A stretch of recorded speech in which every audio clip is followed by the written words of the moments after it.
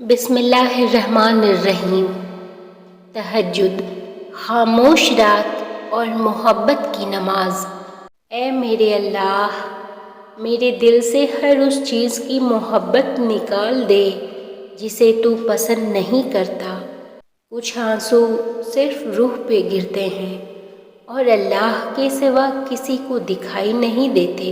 اللہ اسی شخص کو آزماتا ہے جسے اللہ کا قرب حاصل ہونا ہوتا ہے۔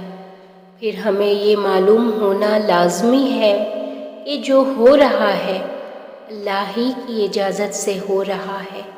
اللہ سبحانہ تعالیٰ سے ہمیشہ اپنے لیے خیر مانگا کریں، اپنی خواہشات کے بجائے اس کی رضا مانگا کریں۔ اللہ میرے حق میں جو تجھے بہتر لگے وہ عطا فرما، قلبی سکون عطا فرما۔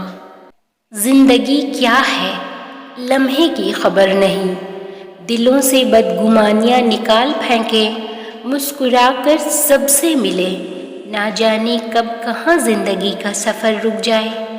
ہم آج ہیں کل تھے ہو جائیں گے۔ قرآن کہتا ہے پھر وہ تمہاری من پسند چیز تم تک لائے گا مقرر وقت پر اور تم حیران ہو جاؤ گے۔ زندگی نے دو چیز تو ضرور سکھا دی، ایک خود میں خوش رہنا اور دوسری اپنے خدا کے علاوہ کسی پر امید نہ رکھنا۔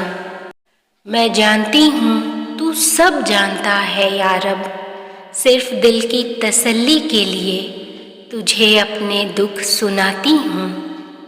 دل کا بوجھ اللہ کی بارگاہ میں رونے سے ہلکا ہوتا ہے، جہاں نہ ماضی کا تانا ملتا ہے اور نہ ہی مستقبل کا خوف، صرف کرم کی چادر سے ڈھانپ دیا جاتا ہے۔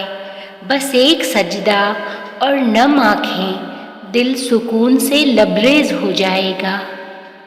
اللہ پاک کو دل اور زبان کا سخت ہونا پسند نہیں، اس لیے اللہ پاک نے دل اور زبان کو ہڈی کے بغیر بنایا ہے۔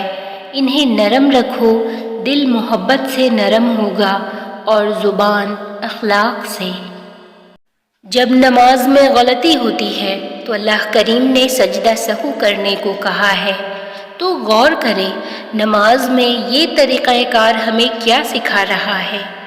جب بھی کوئی غلطی ہو تو اسے قبول کر لو اور سجدے میں چلے جاؤ اور سچے دل سے توبہ کرو، وہ مٹا دے گا تمہارے گناہ۔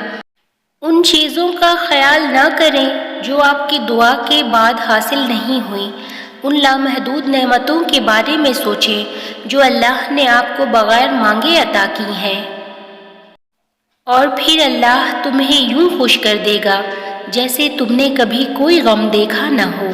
بہت سکون ملتا ہے جب سوچتی ہوں یہ زندگی تو عارضی ہے، یہ غم، یہ دکھ، یہ تکلیفیں سب کچھ عارضی ہے، یہ جدائیاں، یہ تماشے، یہ رنگ برنگی تہمتیں، ہاں یہ سب عارضی ہیں۔ خدا بہترین لکھنے والا ہے۔ جس دن تمہیں اس بات کی سمجھ آ جائے گی نا، تمہاری ساری الجھن، پریشانی، فکر ختم ہو جائے گی، تم اس کی رضا میں الحمدللہ کہنا سیکھ جاؤ گے۔ سب کی اپنی اپنی تھکن ہے، کوئی رشتوں سے تھکا ہوا تو کوئی لہجوں سے اکتایا ہوا ہے، کوئی ذمہ داریوں سے نڈھال تو کوئی ضرورتوں سے پریشان، کوئی اپنی نفسیات سے بھاگ رہا ہے تو کوئی روح کی کھوٹی پر لٹکی خواہشوں کی گٹھری سے۔